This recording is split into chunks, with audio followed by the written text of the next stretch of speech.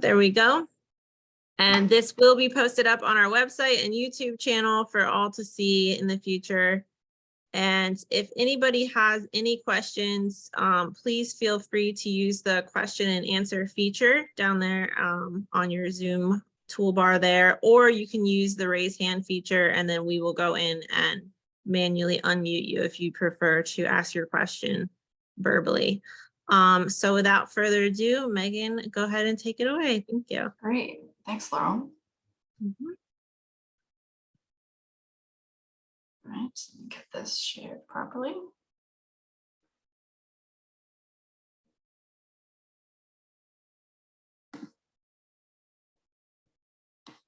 There we go. Skipped ahead a little bit. Okay, I'm happy to be here. Thanks for inviting me, Laurel.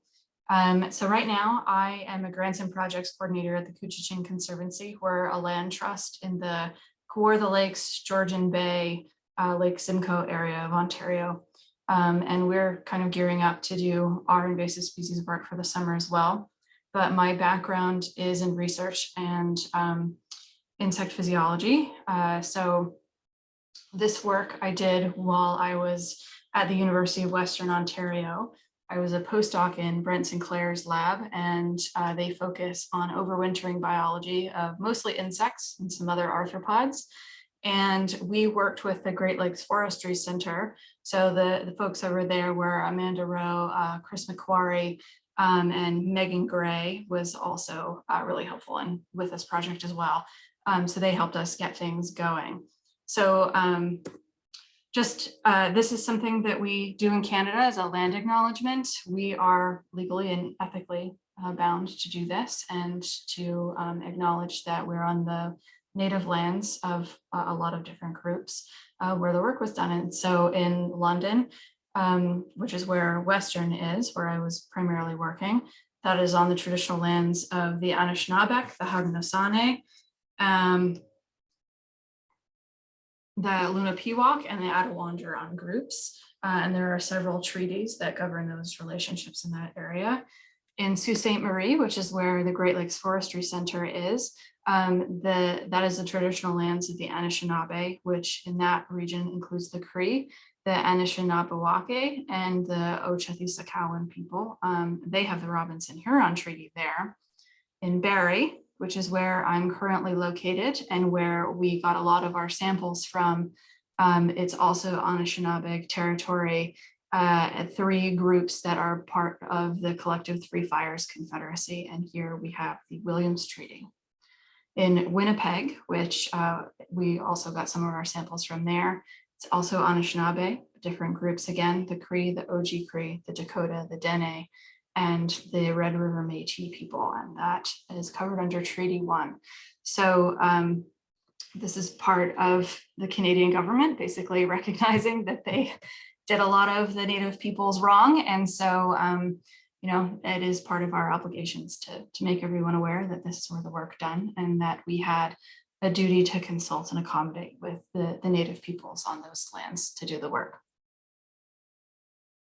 So I just want to get started a little bit about emerald ash borer. If you listen to the other podcasts, I guess, or webinars this week, you probably already know a lot about them, or if you work with them, you know a lot about them. But I just wanted to talk a little bit about the infestation because it's relevant for cold tolerance later. We know that these tend to start at the tops of the tree and work their way down from the crown to the stem. And some of the first signs are defoliation and crown die-off. It's hard to spot those early infestations because the emerald ash borer adults are green and they're small. They're in the top of the tree.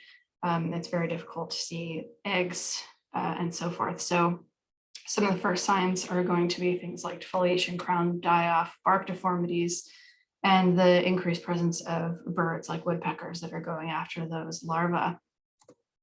The life cycle starts with egg laying. Usually in early summer, adults will emerge and they'll begin laying eggs in the crevices of the bark.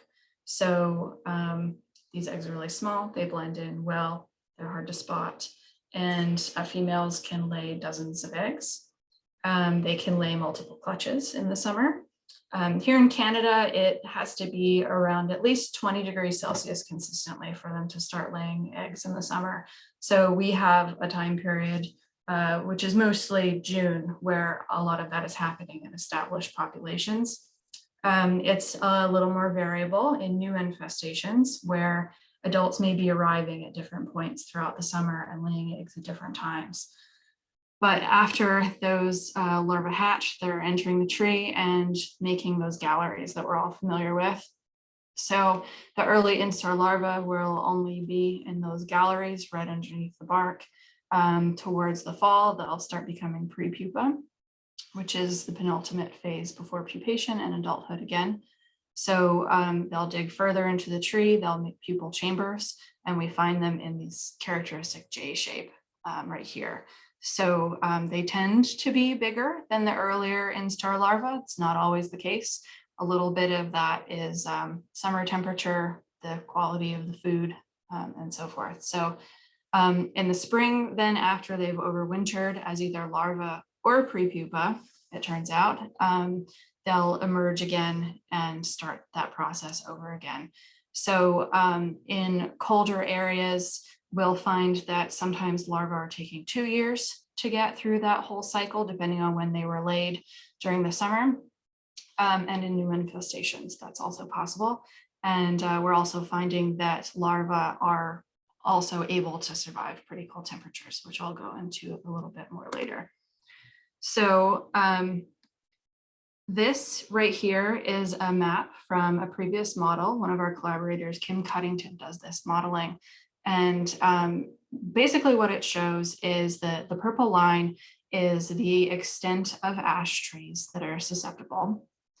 And so you have white and light blue, and that's winter temperature minimums. So the colder areas are the blue, the warmer areas are white. In white areas, we know that emerald ash borers easily survive winter. And in blue areas, that's a gray, I should say, a gray area, whether or not they could survive. And so what we also have on this is the amount of time calculated in years that it would take for a population to establish either as a new population, new infestation, or reestablish with reintroduction from things like wood movement.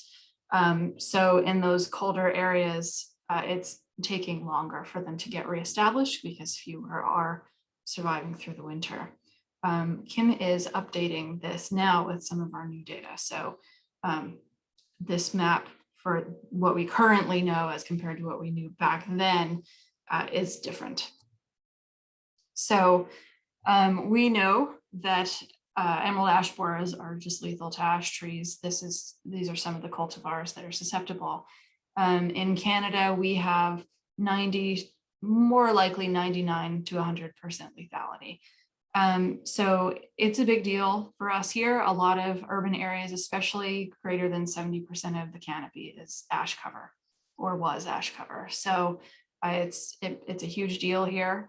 Where I am right now in Barrie, we have an active newer infestation, which started about 5 years ago. So it's an active concern for us right now, and it is moving northward. So I just want to quickly talk a little bit about Winnipeg versus London. So London, where I did a lot of this work in Ontario, is further south. This is Southwest Ontario. And EAB were established here in about 2006. We have some prior data from 2009, 2010 on cold tolerance of emerald ash borers there. All the trees died within about an 8-year period of them being found in the area. And we have pretty mild winters in London. So we're talking like -5 to +5 Celsius. As far as winters in Canada go, that's about as mild as it gets. Winnipeg is further north. It's much colder. It's in an area where there's dispersed forests, but a lot of plains. They get a lot of wind, very cold. EAB was confirmed very late in 2017. There's a lot of ash trees. All the green on this little map of Winnipeg is ash trees that have been mapped. that are susceptible to damage. So basically, it's a huge management concern there, and they're very concerned that this population is now becoming fully established. So they have harsh winters, on average -17 to -7 degrees Celsius, but they are also very likely to have really cold snap events. So we're talking -45 degrees Celsius. Happens, with some regularity in that region. So, we thought that's pretty cold. Maybe emerald ash borer won't get established there for that reason. And, we're still in touch with forestry services there to get a handle on what's going on. So I want to talk a little bit about this prior data, because that's what that map I showed you was based on. Emerald ash borers are freeze intolerant. They avoid freezing with some physiological mechanisms. And so that basically means that at whatever temperature they start freezing, they're going to die. There's no recovery from any amount of freezing that happens to them. Whereas there are lots of insects that are freeze tolerant and can freeze either part or all of their body water and survive just fine. Luckily, emerald ash borers don't fit in that group. The average supercooling point from that earlier data was -27. We had almost full mortality by -35 degrees Celsius. So there are many places in Canada that get below -35 regularly in the winter. And so we thought, this is good. It's going to help halt some of the spread. But the way that they do this is so they have increased hemolymph osmolality. So think about blood concentration, that's what that is. And the primary component of that increased osmolality is glycerol. So they produce the glycerol seasonally, and they have the highest cold tolerance in the coldest months. So this figure basically shows them acquiring that cold tolerance in the fall. They're able to withstand colder and colder temperatures. The coldest temperatures are always happening here in January and February. And then as things get warmer, they're less cold tolerant again. So the hemolymph glycerol concentration mirrors that essentially. So you have it building up in the fall, and that means that it's going to be highest through those winter months. You can see that it kind of starts peaking out in December, which is a little before that super cold period, but it's not unheard of for us to have extreme cold snaps in December and early January. And then they lose some of that in the spring. And then in the summer, they have no glycerol left. Their hemolymph concentration goes back to normal. So in 2019, we were given a pretty good opportunity just by nature and chance, because there was a major polar vortex event that included a lot of Canada, a lot of the Midwest, Northeast of the US. And this allowed us to really look and see, is this kind of cold snap event going to kill off emerald ash borers in some of our new infestation sites? So that happened end of January into February. It's represented by this light blue here. The London temperatures at the same time are in red, and the Winnipeg temperatures are in blue. And I'll hold red and blue for London and Winnipeg study for the rest of the presentation in that same way. At the time, this polar vortex event had a lot of press. There was a lot of hope about invasive species and how this might help us with some management and at least give us time to prepare more for management. So basically what we did at the time was we measured supercooling points and lethal limits. So taking emerald ash borers out of bolts of ash wood and subjecting them to low temperatures, measuring at what points they froze and died for lethal limits. And the supercooling point is just the initial temperature when freezing starts. So when that happens, you can see a little exotherm on the monitoring device that tells us that that process is happening.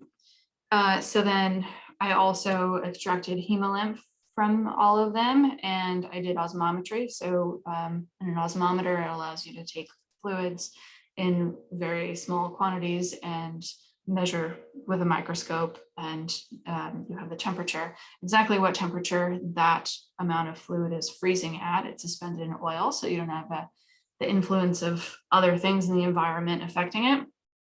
And then I also measured glycerol with spectrophotometry. It was a kind of a basic colorimetric assay where more color meant more glycerol, essentially. So this is the temperature data for the year 2018 into 2019, I should say. And so again, the blue right here is the polar vortex event.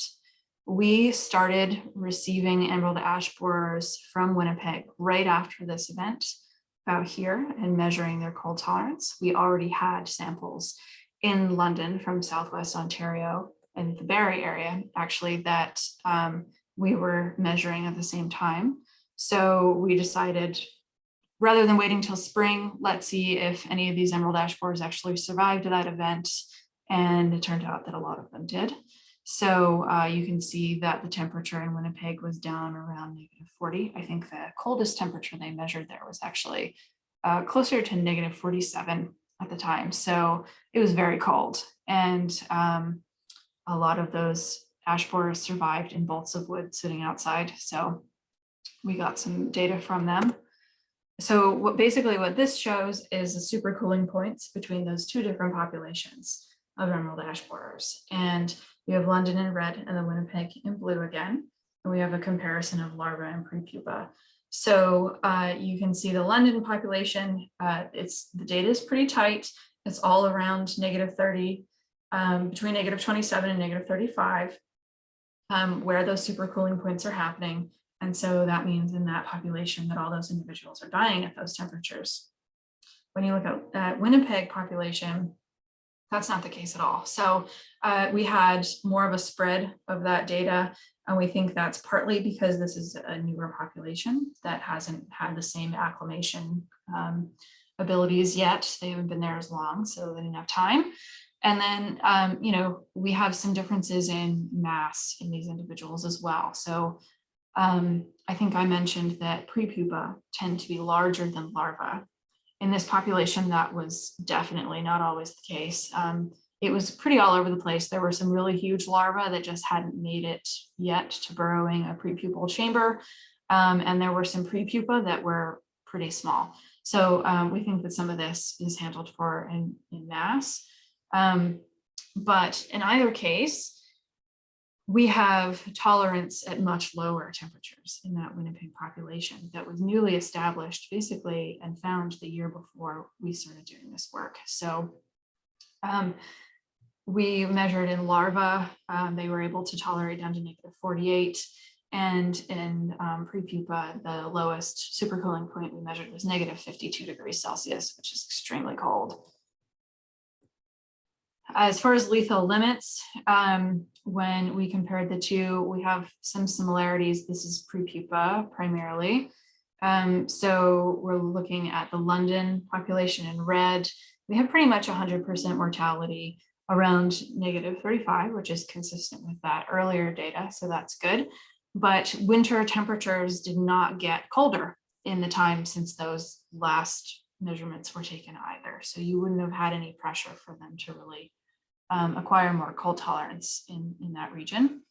The Winnipeg population, we didn't have complete mortality until at least -50 degrees Celsius. So that tells us that the prior models are wrong. We basically need to adjust to 10 degrees at least colder, essentially, so that we're actually capturing that 90 to 99% mortality in colder areas. And so when we look at the hemolymph osmolality, the thing that's driving all that new cold tolerance in the Winnipeg population, we find that in London, the larvae and the prepupa are pretty similar. Again, in red here, the prepupa have a little bit higher hemolymph osmolality, but it's not really a meaningful difference. And then the Winnipeg population, you have huge hemolymph osmolality. So to put this in perspective, this is in osmolar Normally, hemolymph blood osmolality is measured in micro to millimolar. So human blood, for example, is around 275 or so milliosmolar. And some of the EAB larvae and prepupa we were measuring were up at 4 and 4.5 molar. So it was really interesting to work with them because essentially extracting blood from them was scooping out jello rather than pipetting a liquid. So you can see just looking at it, basically, that it would be much more difficult to freeze something in jello form than in liquid form. And so the glycerol is the primary component of that. There are a few other solutes that are either produced or accumulated in the fall that go into it as well. The glycerol is the main one. And we see that the glycerol is higher in the Winnipeg population, which is what we would expect. And we think that some of the difference is also accounted for in some dehydration. So just in colder areas, insects are more likely to experience dehydration in the winter. And in Winnipeg, we think that they experienced quite a bit more of that than in the London population based on wet and dry masses that we took. So then the next thing we did the following year, since we were finding that this Winnipeg population, a super cold area, survived extreme cold temperatures in a polar vortex, we did a reciprocal translocation of sorts. So we couldn't do exactly what we wanted because this was during COVID and there was a lot of restriction on movement of people and materials and who was allowed in and out of labs, as I'm sure all of you also experienced. So what we managed to do was partially overwinter wood bolts in Winnipeg that started there, and Southern Ontario bolts in London that started there. And then we switched them, we simulated overwintering in the opposite location as soon as we were able to do that in the fall. So the London originating emerald ash borers experience what it would be like in Winnipeg in the winter and vice versa. And then we repeated all the same things: supercooling points, mortality for lethal limits, hemolymph osmolality, spectrophotometry for glycerol content. So here, this trace in temperature looks a bit different than the previous one I showed. And that's because the previous one was based on hobo data that was outside in the actual environment that they were experiencing. Whereas in this case, we had London temperatures outside that the Winnipeg ones were experiencing. And we moved the Winnipeg originating emerald ash borers into, or the London originating emerald ash borers, excuse me, into simulated Winnipeg because we were not able to actually get them back to Winnipeg because of COVID issues. So those went in a walk-in incubator that was set basically to reflect the average temperatures over the past 10 years. So the average high and low to represent day and night. And those were oscillated through the rest of the winter so that they were experiencing, as close as possible that we could get to Winnipeg temperatures. So differences between 2018 and 2019, you can see that the London population in this 2020-2021 data is still pretty tight, and it's basically in the same range. Around -30 or so is when most of the supercooling points and mortality is happening. The Winnipeg population, on the other hand, so that data did get a bit tighter, especially in the prepupa, which is what we would expect. With another year, that population would be a little bit more synchronized in time as far as egg laying and development of those larvae approaching fall and winter. So we didn't see quite as much of a difference in that respect for larvae, but there were still larvae of varying sizes and instars. So we did still get, some variation in those. But again, the simulated Winnipeg ones, they didn't withstand quite as cold temperatures as they had during the polar vortex year, but they did not experience an actual extreme cold snap the way that they did that year. And they only experienced a partial acclimation and Winnipeg winter. So because they originated in London and had been out in the fall in London for a little while. So we wouldn't expect them to have quite the same extreme cold tolerance as the London originators, right? So interestingly, though, when we look at this London overwintered set that originally came from Winnipeg, they are exactly what we would expect from a population that just came from London rather than got translocated there. So that shows us that a lot of this is plasticity and just down to those seasonal acclimation processes that are happening in the fall. So whatever they're being exposed to, they're building that cold tolerance to reflect that situation. So similar results again for hemolymph osmolality and glycerol. We saw in the London population, or the London overwintered population from Winnipeg, they look just like a population that we would have gotten directly from London. And the simulated Winnipeg population, the ones that were originally from London, their hemolymph osmolality and glycerol was not quite the same as the original Winnipeg population, but it was really close. So, I mean, that is really just extreme plasticity when you think about the differences in the environment between a place like Winnipeg and London in terms of winter temperatures. So that's a very quick acclimation. Something else that it indicates is really that this isn't really due to evolutionary processes. So I think I mentioned that the emerald ash borer population in Canada was introduced somewhere around the year 2000. In London, it was established in 2006. So we have basically a 20 to 25 year time span here. And while it's not unheard of, evolutionary processes don't really happen that quickly in organisms that have life cycles that take at least 6 months to a year. You could only really get 20 to 25 generations in that time period maximum, right? In the colder areas, probably fewer than that because those larvae are taking 2 full years to develop and emerge as adults. So, this really, it's not that evolution isn't happening. It's just that for this particular trait, that is really not enough time to see that, but it does indicate that plasticity is really extreme in emerald ash borers. So anywhere that they end up, they're going to very quickly be able to adapt to whatever those winter temperatures are. So in this, we have a comparison basically of all of that data. So I went over this and we'll go over it again. But as far as, what we're doing now and what my collaborators are doing now, we're really trying to incorporate all these findings into better models for tree pest survival and invasion. So the map that I showed you initially that showed the extent of ash and the winter temperatures, how long it would take to establish, that needs to be redone. They can obviously tolerate much colder temperatures than we thought they could, and especially in Canada. In the US, I know that some of the same work has been done.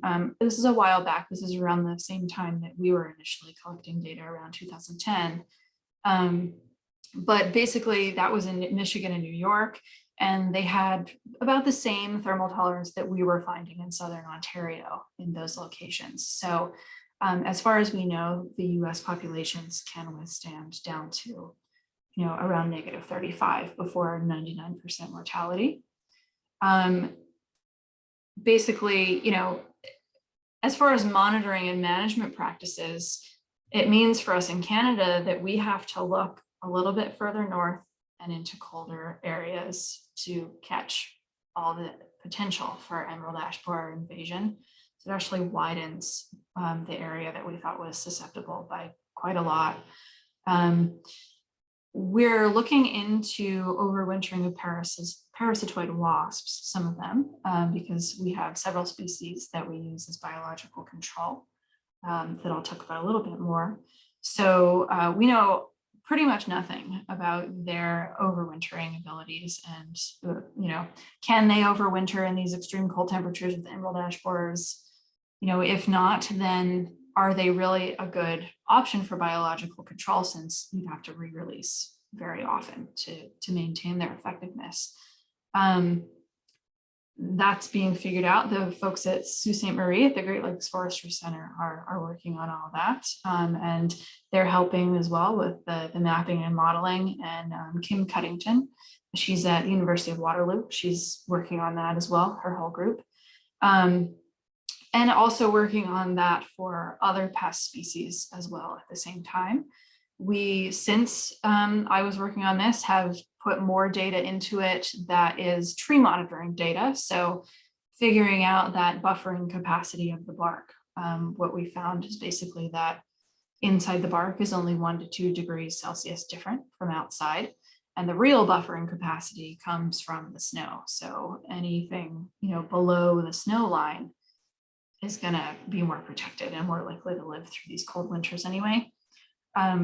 And in some places here, that's a pretty big deal because we can get a lot of snow in the colder locations. And if you have a 10-foot snow drift, protecting a lot of emerald ash borers that would otherwise go through negative 55 degrees, they're not going to experience that if there's a lot of snow, and we have to look at that differently as well. So incorporating more of that weather and climate data.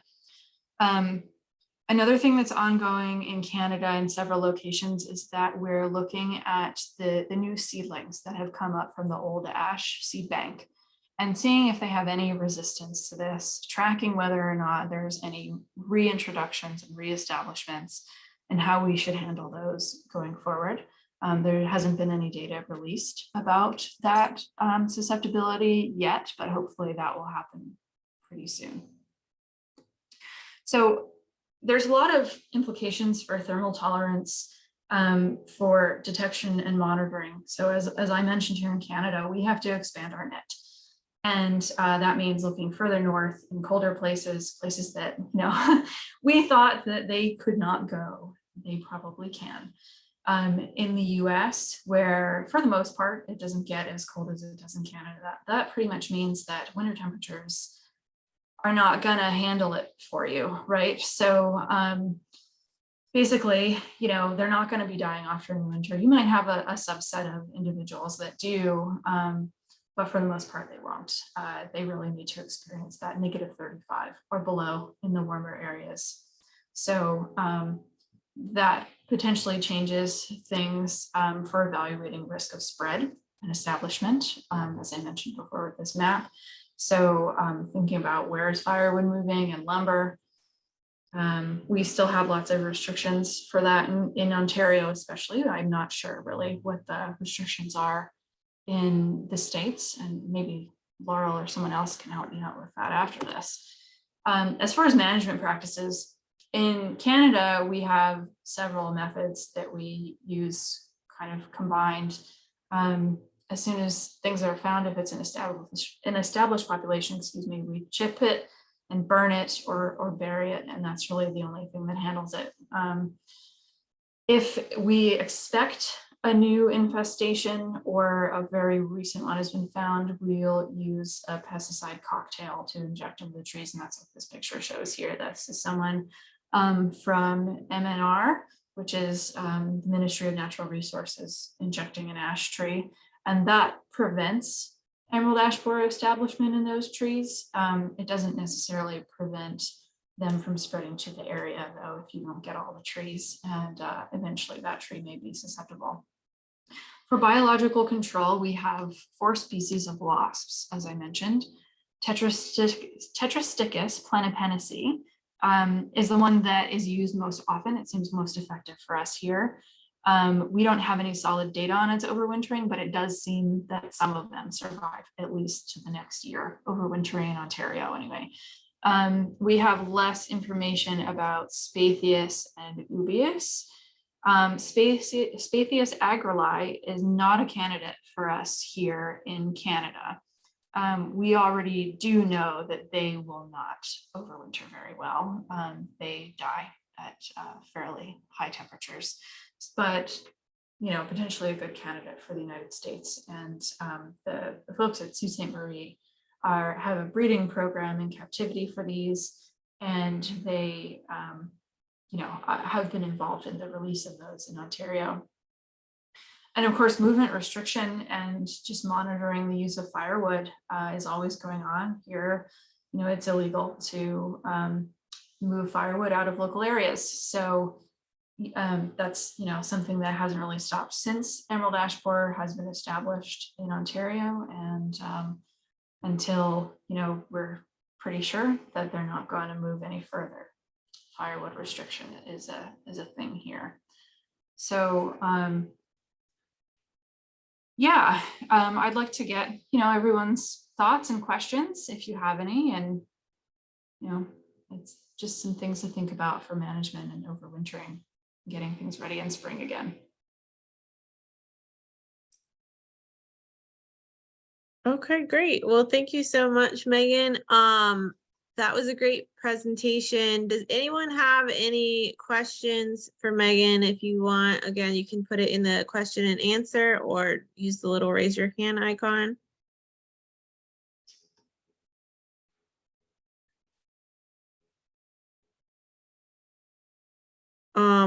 One thing that I know, like on the regulation side, at least in the United States, Yeah.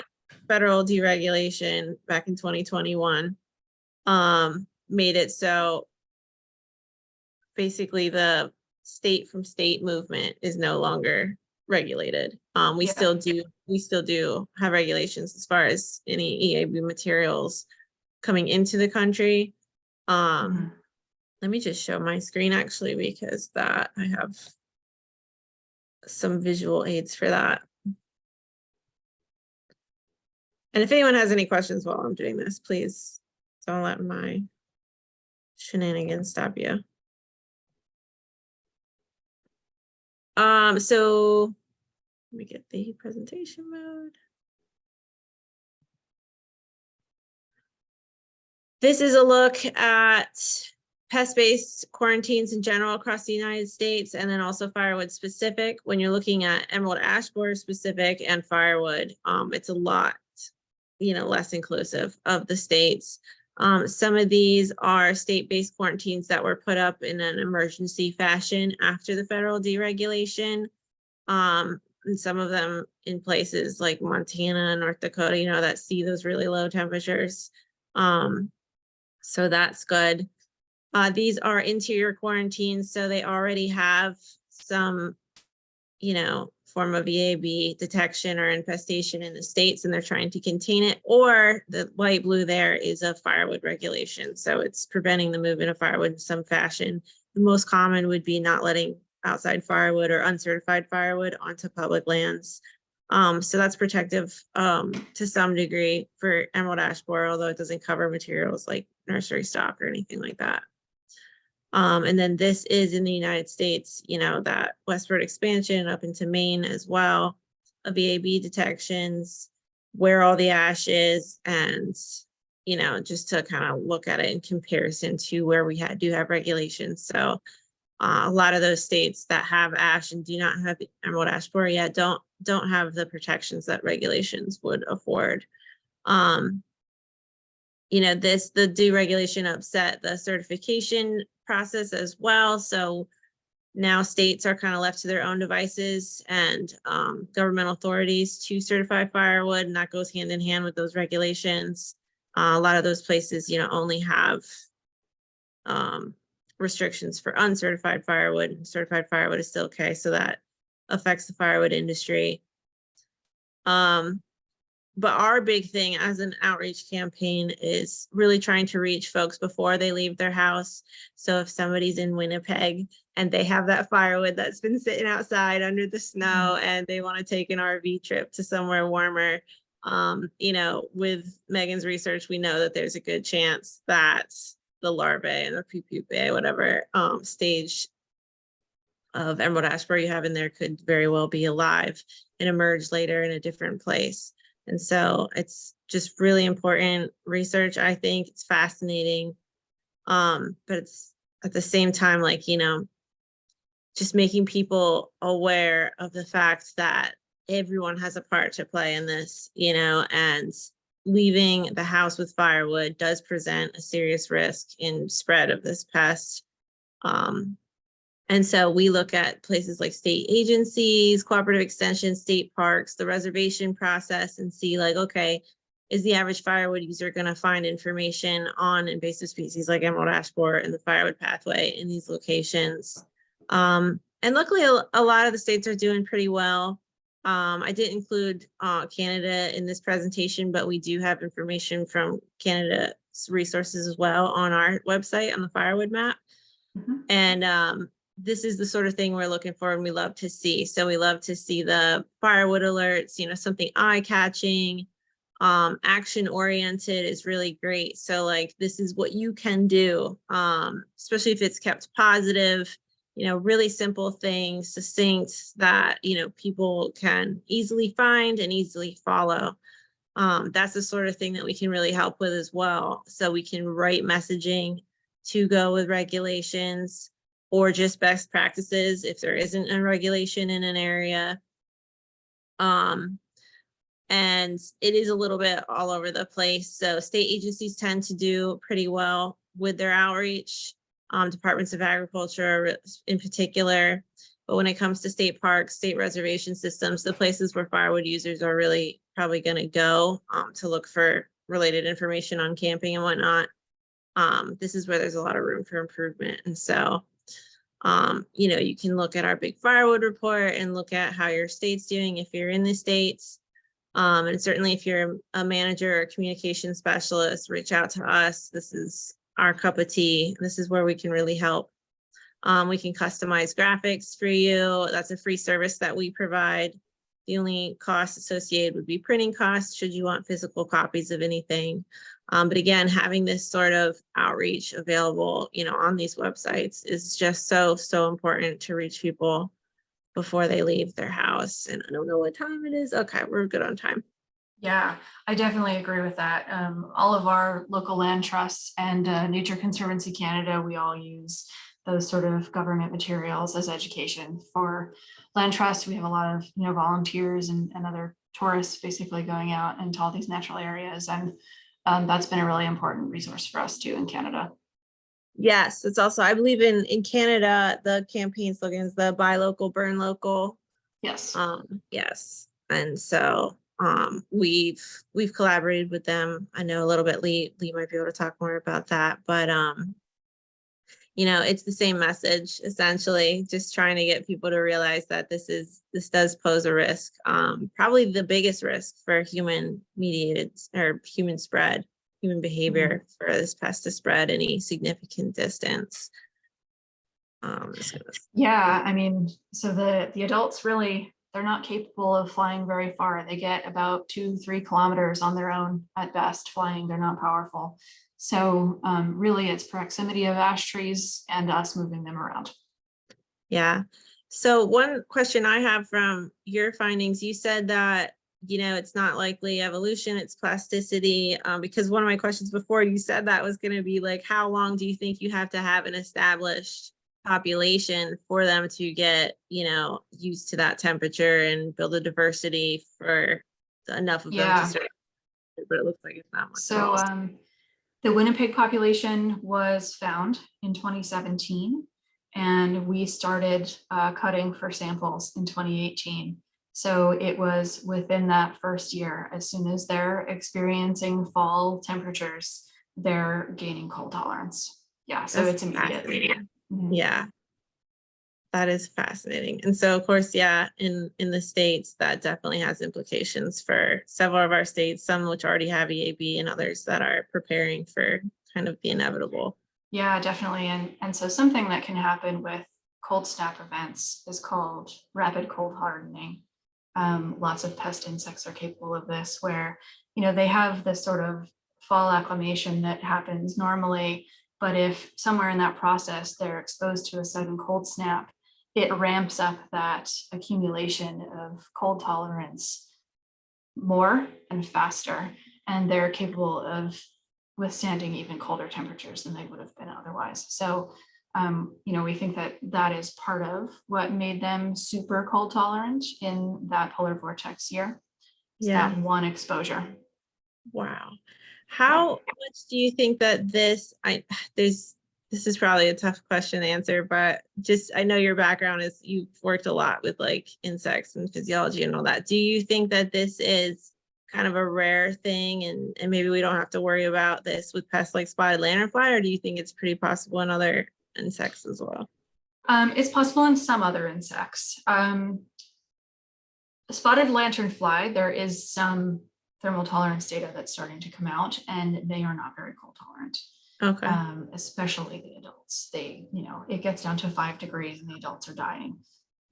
We're not so sure yet about egg masses, but we don't think that they're extremely cold tolerant either. It seems, not as big a deal for them. Right. But there are some other pests, like we were worried about Asian longhorn beetle. They have some cold tolerance and the ability to adapt in some areas. We've at least temporarily eradicated them in Canada, but they're definitely in the States still. It really depends. There are certain groups of insects that are more capable than others, for sure. Yeah. Certain flies and beetles are among them. Okay, yeah, that makes sense. All right, any questions for Megan or the Don't Move Firewood side of things? Megan, I have a quick question about one of your early maps. Yeah. You showed a map that I was confused about because it's missing some trees, which I'm sure is on purpose. So there was a map by, I think, Cuttington or something, Cuttingham. Yeah. And I'm just curious, is that only ash trees that already occur in Canada? If you could bring it up, that would be awesome. Yeah, I'm sure you're trying to that right now. And you're not, yeah, exactly. This one, right? Yeah, because we know that there's a lot of susceptible ash trees in the American Southwest and Northwest. So is this only ash trees that are known to occur in Canada and their range? I'm just a little curious. Yeah, so so the extent of ash is the purple line. So it does extend down into the States, but yeah, there are more ash trees beyond this line that we now know are susceptible, that we did not think were susceptible at the time. Oh, I see. So it doesn't incorporate all the species of ash because the science of what is known to be susceptible has changed. Yes, exactly. Okay, great. No, that's really helpful because I was like, I know there's lots of susceptible ash in the Western United States, so this map must be representing something else. But that's good to know. Yeah, and part of it was that, the only way we thought they would get to some places out west was human movement, and that they couldn't really establish in a lot of those areas because it's very mountainous, it's cold, it's not really the same kind of environment as in the east. But now we know that if they can get there, they can probably establish. Okay, great. Thank you. That's really helpful. Yeah, I'm excited to see whenever Kim publishes the new data for modeling that incorporates physiology. It'll be really interesting. Yeah, for sure. Any other questions for Megan?